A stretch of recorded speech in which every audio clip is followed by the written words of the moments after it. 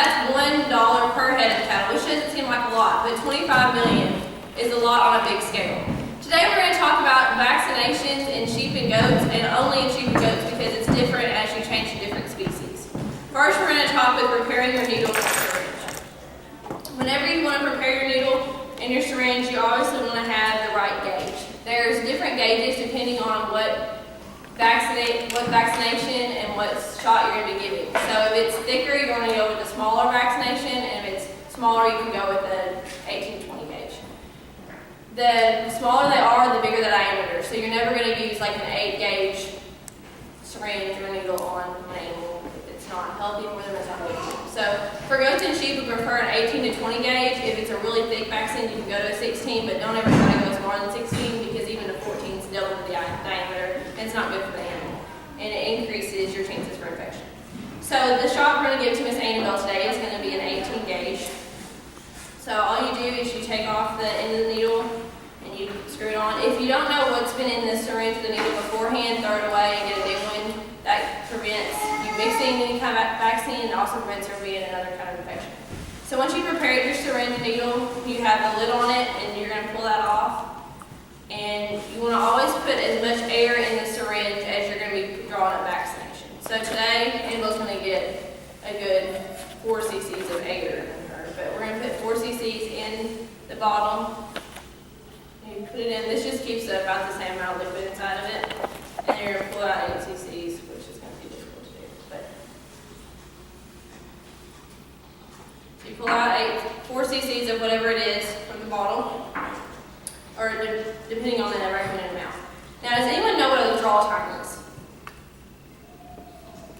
Ashton. The time the animal is taken to slaughter, like how many days, like before the vaccination is going on? Yeah, completely out of the animal. So this is very important from a farm maintenance standpoint. You always want to keep records of what you're going to be putting in the animal, how long it needs to be in the animal for them to go to slaughter, and you never want to put some vaccinations in marketing animals, just depending on what their intent, if they're a terminal intent or if you're planning on keeping it around for breeding process. You always want to keep that stuff in mind.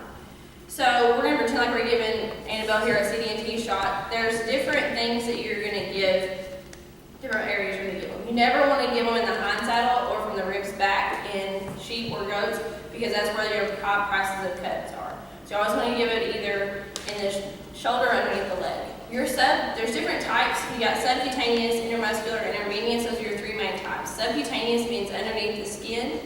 Subcutaneous. You got intermuscular, which means in the muscle, and your intravenous, which means in the vein. Those are difficult to give if you don't know what you're doing. You always want to have a vet that can oversee when you're doing those. Other types of shot you might give are IP, which is mainly only used for cancer situations.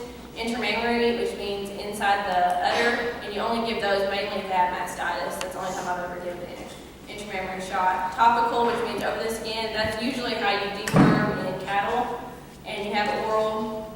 And intraruminal, if you have a bloating situation, you might want to do that. All those kind of situations, especially IP or intraruminal, you want to have a vet with you whenever you're doing them, just so that you don't kill the animal. So we're going to talk about subcutaneous first. There's 2 main places you can give a subcutaneous shot. That's in the neck or underneath the leg. Who can tell me why you would possibly give it underneath the leg? Jerry. There's no meat value there. There is meat cuts underneath the leg. However, if you are taking the animal to sell or to slaughter, or if you're going to be showing the animal, that also hides the shot in case you have a knot come up, so that you're not as concerned about it for other people to look at your animal. So anytime we're giving shots to the house, we always try to give them underneath the leg, particularly if they're going to slaughter or put it in the sale in the near future. Also, you want to make sure that you're consistent. So if you're giving 2 shots on the same day, you want to make sure that your CD&T shots are up here and your any kind of other vaccinations in a different spot. So that if you have knots come up, you know what's causing them. So once you have your vaccine drawn up, you're going to give a subcutaneous shot. You're going to make sure your animal is completely restrained because they may not be bad when you're just holding them, but once you put a needle inside of them like you are, you're going to squirm a little bit and they're going to do the same thing. So you're going to pull up the skin and you're going to go underneath it and just give it to them. Now you always want to make sure you massage the area so that prevents knots from coming up, particularly if you have like an LA 200 kind of shot. Those shots always seem to have knots on them. So the more you rub them in and massage them in, the more it disperses. If you have more than 10 cc's of vaccination, you want to put it in 2 different locations so that it can be dispersed already from the get-go. Just just harder for it to disperse. Like 20 cc's right here is hard for it to get all over the animal as effectively as it would if it was a different spot. You can also do the same thing subcutaneous down here. Intermuscular shots are straight in the muscle, and the vaccination will be labeled intramuscular, subcutaneous, those kind of things, so just pay attention to your result time and how much it should be given per animal, and always read the label before you ever start drawing up vaccines and giving shots.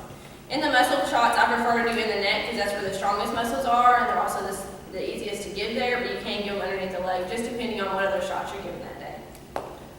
Other things that I recommend for you is always when you have giving shots, you want to have epinephrine on hand just in case your animal has an allergic reaction. You won't have time to go to the house and get it. You want to have it on hand beside you whenever you're giving the shot so that you can give them that really fast. And it's just the same as an EpiPen for a person. And the last thing I want to make sure that you do is always have this right size syringe. So if you're giving 3 cc's, don't have a 20 gauge syringe needle because that way you're more accurate. So if you're giving 5 cc's, have a 5 cc syringe, or 3 cc's, have a 5 cc syringe, so that you're the most accurate you can possibly be.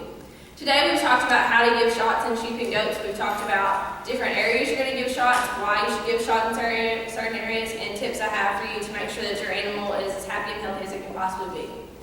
Thank you.